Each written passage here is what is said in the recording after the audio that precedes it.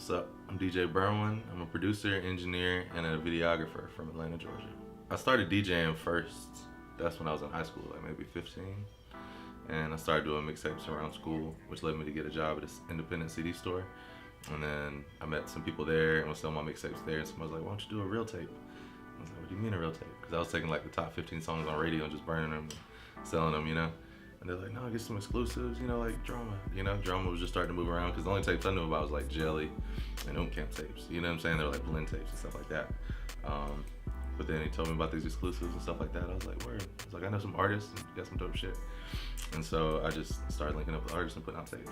I was pretty decent at pitching, but I was like, once I realized, I think it was in 10th grade, I was like, this probably isn't gonna happen. You know, like I could just tell I wasn't, you know, there was like scouts coming out to see other players. I was like, it's not gonna happen for me. So that was the time I'd already loved music, but I just like kind of dug into it even more. And I was like, this is for me. I started putting out tapes and it started working.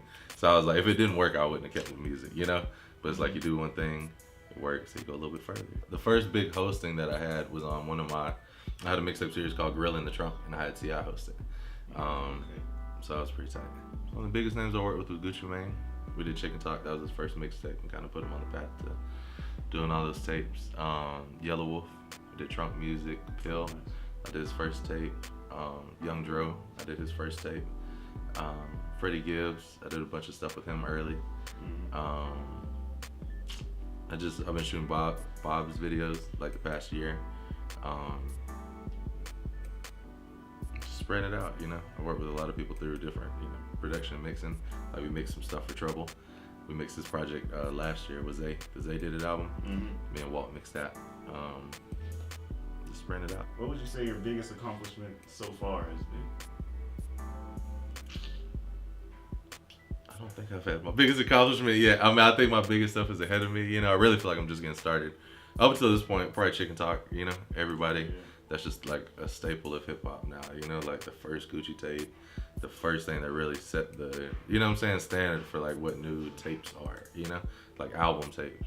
I feel like I was at the beginning of that, you know, like I came on the transition of, like I was talking about, doing these compilation tapes to me really just focus on artist tapes, you know, like people weren't doing like the Young Dro tapes and stuff like that, just all of them. You know, I did a Bo Hagen tape, all Bo Hagen, you know what I'm saying? It was like, it's just something different. I feel like I was at the beginning of pioneering like the album, like the mixtape as an album, as opposed to just freestyling different people's beats. Because I was like, I don't want to hear that shit. I don't want to hear no freestyles. It's cool, you know what I'm saying? Like go to the radio and freestyle or something like that.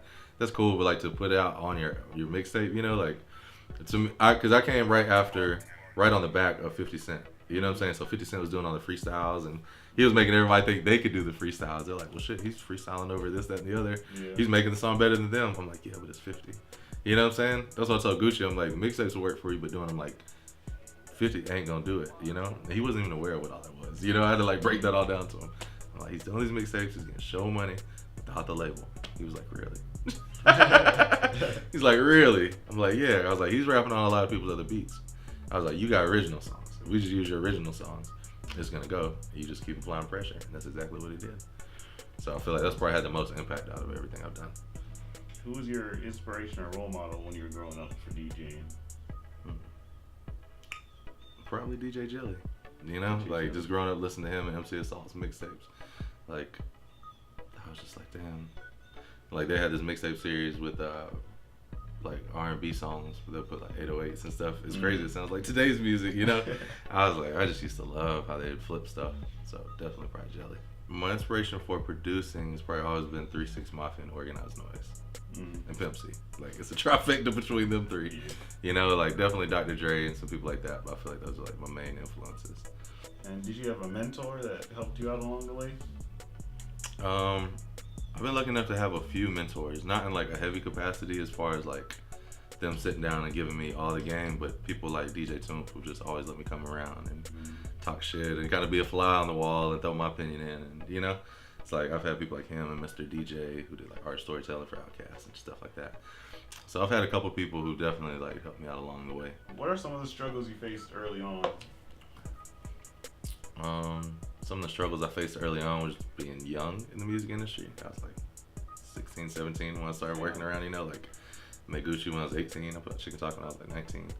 You know, might have been 18 or 19. It was like my first year out of high school when it came out. But I was doing tapes before then, and that, and I'm half Mexican and half white. But everybody just think I'm white. So it's like, who the fuck is this white guy in the studio? You know, like at the time I didn't hear like about a lot of the hate. I felt a little bit of it. You know what I'm saying?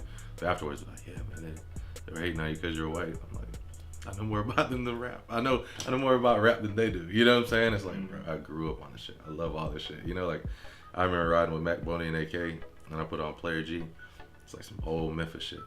How the fuck do you know about this? I'm like, I grew up on this. You know, it's like, I grew up in it. You know, so it's like people want to hate, but I feel like as long as you're knowledgeable and you understand, you know, it's like people hate what they don't understand. You know, rap wasn't infiltrated with so many white people as it is these days. You know, like it's totally changed. So, what was the biggest turning point in your career? Like the failure that almost made you want to quit before you reached success?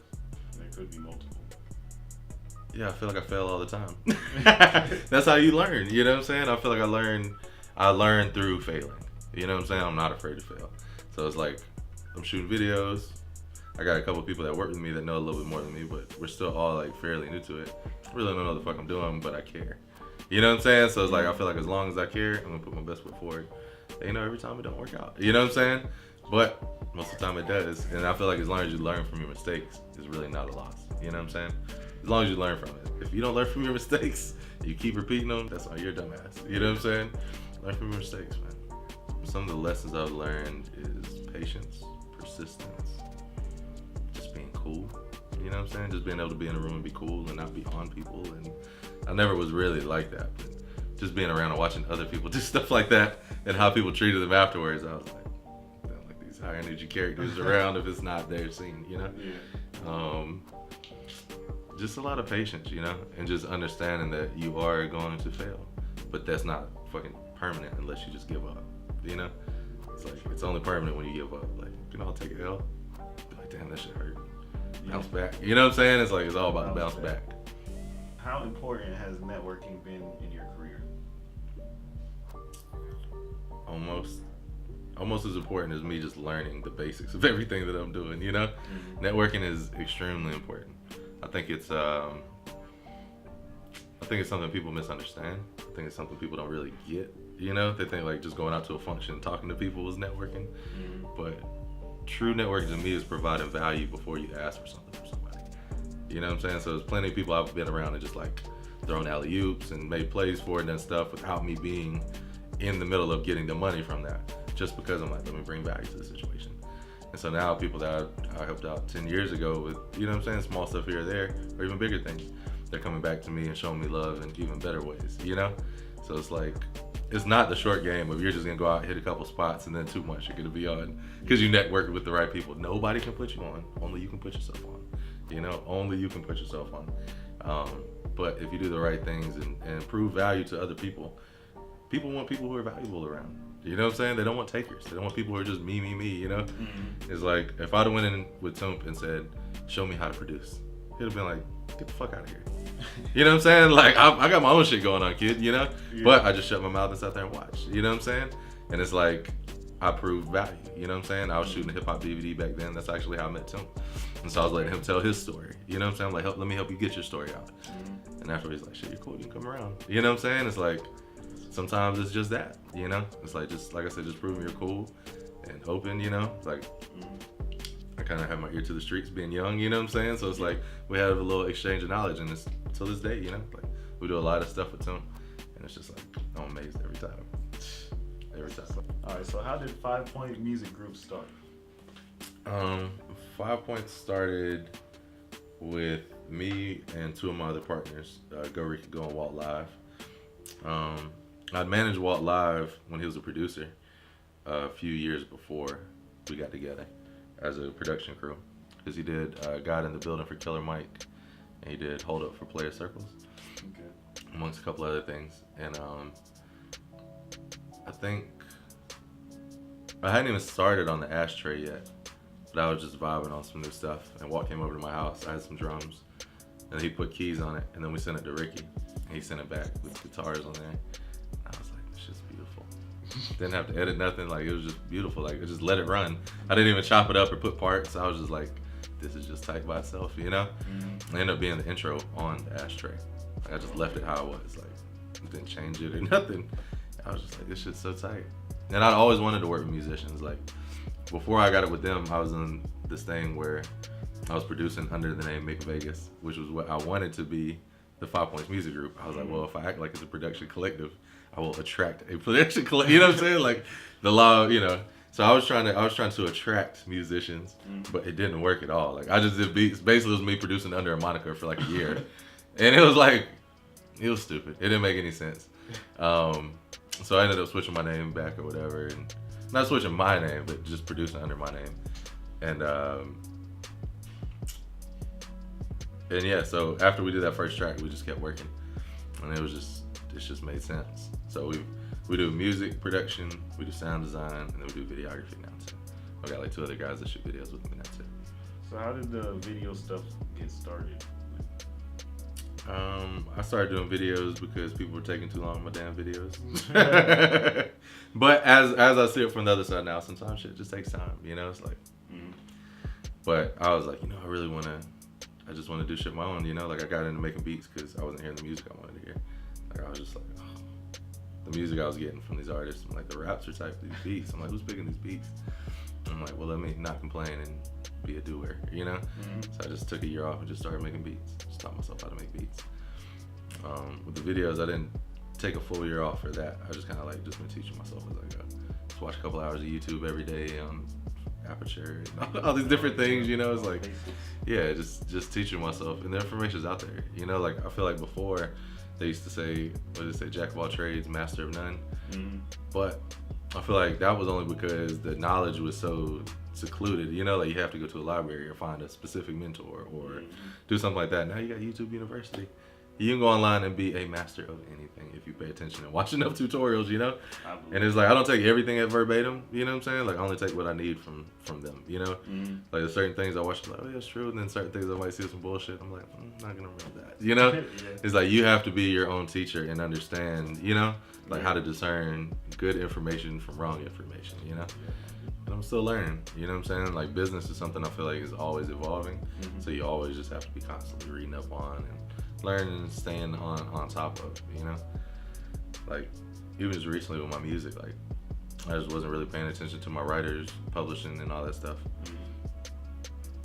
I looked at my account, I got like a couple $1,000s in there just sitting, just waiting for me, you know? I was like, damn, I totally forgot about this shit. You know, it's like, you can get so caught up in the day-to-day to not just take care of your business, you know? But really, that's the most important thing.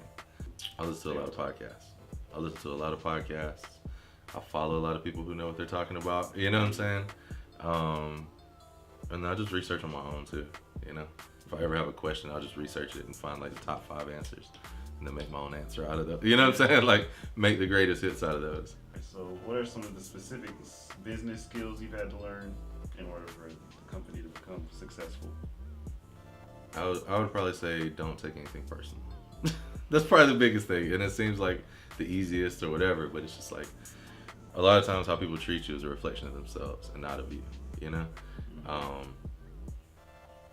And you have to be self-aware, you know? Like, did I do anything to wrong this person? Did I do something to... And it's like, if you did, then fuck them. You know what I'm saying? That's their problem. They're fighting their own battle in their own head, you know what I'm saying? Let them go, you know? But it's like, I see so many people take shit personal and burn bridges and blow up their blessings and, you know? Like, my homie, Josh Spice told me, he was like, get out of your own way. I was like, damn, that's fucking powerful. You know what I'm saying? It's like, who thinks of that? Like, you think of the world being on you and like, I gotta fight through all this, but it's like, get out of your own way first. Then you can prosper. You know what I'm saying? It's like, what are you doing to hold yourself back? You know what I'm saying? I see a lot of people who try to focus too much on the business. And so they can't even get nowhere. You know what I'm saying? Like rappers, oh, I'm not gonna sign to nobody. How big you trying to get, dog? You know what I'm saying? It's like, you gonna do it all on your own? You ain't got the independent hustle like that. You know what I'm saying? So it's like, you don't wanna sign, but you ain't got the hustle like that. I don't know how well this is gonna work out for you. You know, it's like, you gotta have smart business, not just tough business. I think you have to learn all the parts of business if you wanna be successful at these days. if you're just making great music in your crib and you're not releasing it in a way that makes sense, might as well not be making it, you know? And it's like, just all around, like, you have to look at like the pillars of your business and understand you got to do them all until you get it to a point of where you can pay other people and it makes sense to bring other people in, you know? Mm-hmm. It's like everybody wants a manager, but you don't have a situation to manage if you're not making money yet, you know? Yeah. So it's like, figure out a way to get some money going, you know what I'm saying? Get some placements. You gotta give away some free beats, you know? Mm-hmm. It's like, if you need to do a giveaway to give something away on the video side or something, you know? It's like, you gotta get creative, you know? I feel like it's a completely level playing field. Money still moves stuff, but better ideas move better than money, you know? Like they say, it's easy to spend money, it's hard to spend money well, you know? Mm-hmm. I think there's companies with millions of dollars who don't do as good as marketing as some of these kids, you know? Definitely. Just because they're fucking killing it, you know? It's like they just understand SoundCloud, or they understand how to get to the consumer, they understand what to say to make people react, or, you know? Yeah. It's like, you gotta pay attention, always know that everything's always adapting. Yeah. I take care of all of our business at this point, and then my lawyer Vinny Kumar, he handles all the like paperwork and stuff like that. Yeah, so like I'll handle all the business up to a certain point, and then I'm like pass it off to him and let him like do the negotiations and all that stuff. You know, it's just simpler. He's gone to school for it. He's educated. He's trained. He's respected. You know, it's just one of those things where you want to defer to somebody who knows what they're doing. But you got to find somebody you can trust too, because there are like snakes out here, you know? Mm-hmm.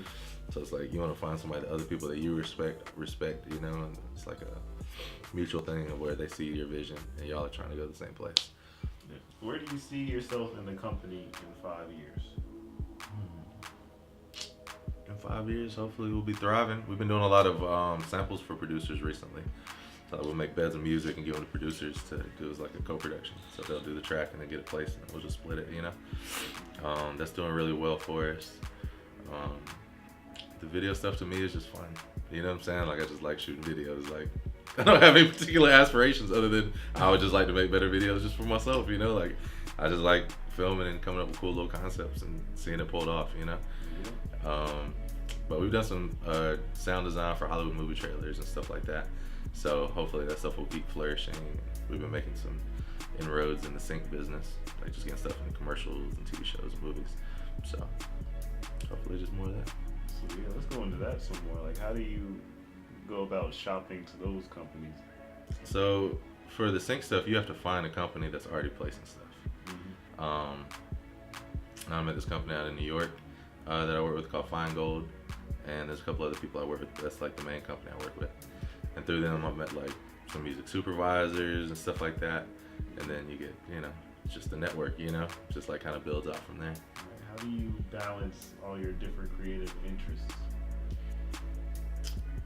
Balancing all the different creative interests is actually not that difficult because they all help each other. You know, like if I'm working on a video and I just hit a wall and I'm frustrated, I'm like, fuck, I'll just make a beat. I'll just work on a sample or, you know what I'm saying? I can always do something. Or if even I'm making a beat and that's not it, I'm not inspired. Let me slide over to my turntables and just play for like 30 minutes. It's impossible for me to DJ for 30 minutes and not be inspired and be like, oh shit. You know what I'm saying? It's like there's always certain things that you find out. You're like, damn, they're just different stuff you'll do. Like I just take a drum clip of just drums from somewhere, match it with like a Isley Brothers sample, and just make a, you know what I'm saying? Like old school how they used to make beats like over the breaks and that. Oh, yeah. And just like make something over there. I won't even keep it, but I just like, we'll just do it just to get me in the mode of just hearing something I want to hear. So that way when I come back to the beat, I'm like inspired. And I'm like, oh shit, you know, it's like, it just puts me in a different vibe. And being able to bounce back and forth between to me is like very helpful. Like I've only had one thing I did and I hit a wall. That makes me want to start DJing. Hey, you should, man. You would love it. That's a great time. They got tutorials about it. Never gonna graduate, dog. I never want to graduate YouTube University. I never do. Day out. Do you have like any tips for young people on productivity? People just starting out on this. Major tip to productivity: learn what works best for you. Learn what schedule works best for you. I like working in the mornings. You know, sometimes I keep my kids. Sometimes I go to school. So it's like it just depends. You know, sometimes I don't get to work in the mornings. I'll, you know, be watching them all day, and then at night. So it's like I don't watch my kids all day, and then 8 o'clock. Now you get to be creative. You know, so it's like It's just different for different people. Figure out what works for you, you know? It's like if you like working with a room full of people, you know, like I like making beats with people in the room. I just get their vibe. I'll do something. I'll just hear shit. Or, you know what I'm saying? Like somebody, and I'll be like, oh, okay. And they'll give me energy to do more. To where if I'm just sitting here, sometimes I know it's the truth. And then sometimes I'll be like, I don't really know. So I just save it and put away and not finish it. One of the guys will hear it and they're like, what is that? You know? Yeah. Or likewise, you know? It's just different. But just find what works for you and find what makes you productive. Because it's always something different, you know? Like, I like hitting the gym and then coming back and working. You know, like to me, like once I get my juices flowing, like my brain's going, everything like that. I like working in music at night too. I know some people don't hit the studio till like 10 or 11. I'm not doing that shit every night. You know what I'm saying? It's fine, but I'd rather like get up in the early, make some coffee. You know what I'm saying? Eat a little breakfast and just hit it. You know, I like being up before everybody. Yeah, I used to be a night owl too, but when you're a night owl, I don't think you're as productive because you're fighting sleep half the time. All the checks are getting cut during the day too. You know what I'm saying? Like nobody's cutting checks after 5 o'clock, so it's like you're just missing out on money sleeping through the day. Yeah. My advice to young entrepreneurs in the industry is just bring value. Just bring value.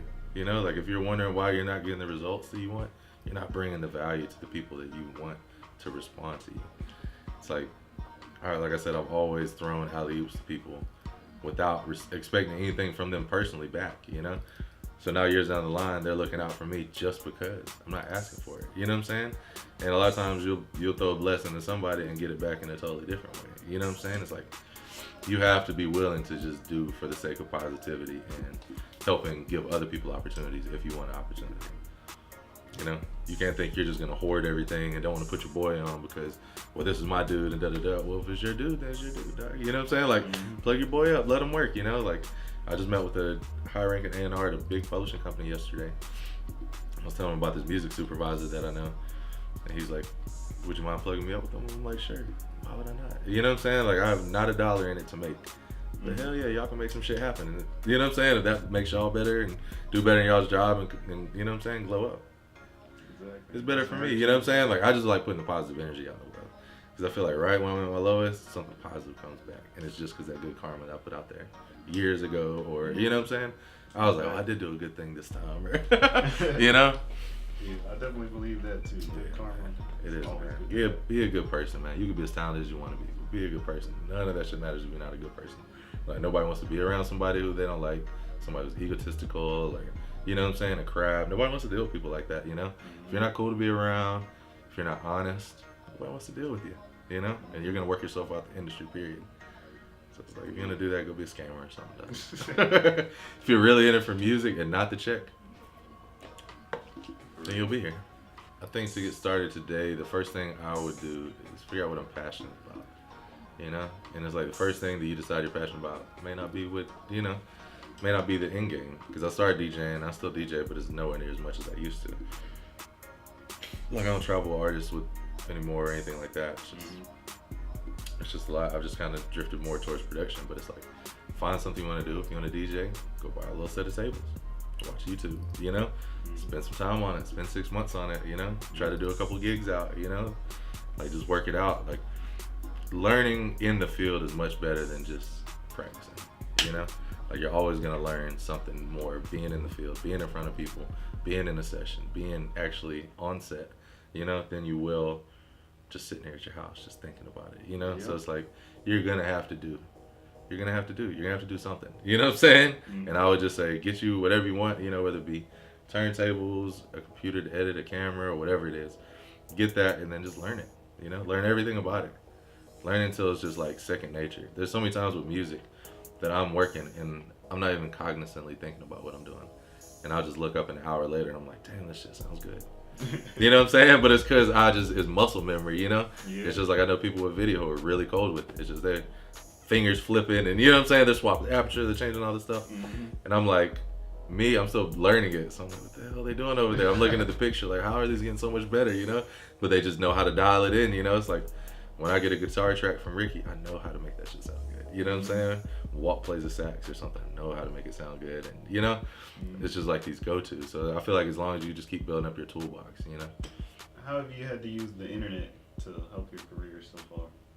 The internet helped out a lot in the beginning because I was one of the first people to really like reach out to writers and build those relationships. So a lot early on in my career, I was getting a whole bunch of write-ups and, you know what I'm saying, a bunch of good stuff just because I was in early. You know, like I was just a fan of writers, so I'd just be following them and interacting with them. And then when I send them my music, they'll be cool. You know, it's pretty good, you know?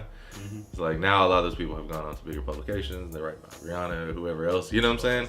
And the game's changed, you know? It's like it's not about blogs anymore. It's about playlists, you know, streaming services and different things. So SoundCloud. It's just like you just gotta follow it, you know? Keep your eyes open. Everything, you have the game figured out. Like, oh, I got it all figured out, you know? Because at one point I had it figured out and I was like, for 2 years I wasn't getting the response I wanted. I'm like, what's going on? I'm like, oh, all these people are A, not at these jobs that they used to have, and then B, those jobs aren't even there, and C, people aren't even paying attention to blogs, you know?